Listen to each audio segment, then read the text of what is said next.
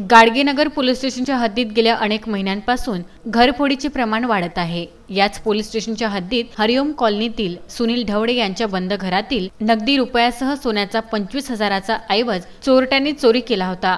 या घटनेत गाडगेनगर पोलिसांनी संशयित 3 आरोपींना ताब्यात घेऊन विचारणा केली असता तेच चोरटे हरिओम कॉलनीतील झालेल्या घरफोडीचे शिलेदार ठरले आहे। आरोपी श्याम अरुण दारशिंबे वय 20 वर्ष, करण अमान वाडीवाल वय 22 वर्ष, संजय सावजी काजदेकर वय 19 वर्ष, सर्व राहणार मेळघाट असे अटक करण्यात आलेल्या आरोपींची नावे आहेत। तिन्ही आरोपी जवळील चांदीचे 2 भांडे, सोन्याची चेन, मंगळसूत्र असा एकूण 25,000चा ऐवज गाडगेनगर पोलिसांनी जप्त केला आहे। ही कारवाई पोलीस आयुक्त डॉक्टर आरती सिंह यांच्या मार्गदर्शनात गाडगेनगर पोलीस निरीक्षक मनीष ठाकरे, एपीआय महेश इंगोले, डीबी पथक कर्मचारी शेखर गेडाम, विशाल वाघपांजर, सुभाष पाटील, सतीश देशमुख यांनी केली आहे। अटक केलेल्या तिन्ही आरोपींना चौकशीकरिता नांदगाव पेठ पोलिसांच्या ताब्यात देण्यात आले आहे।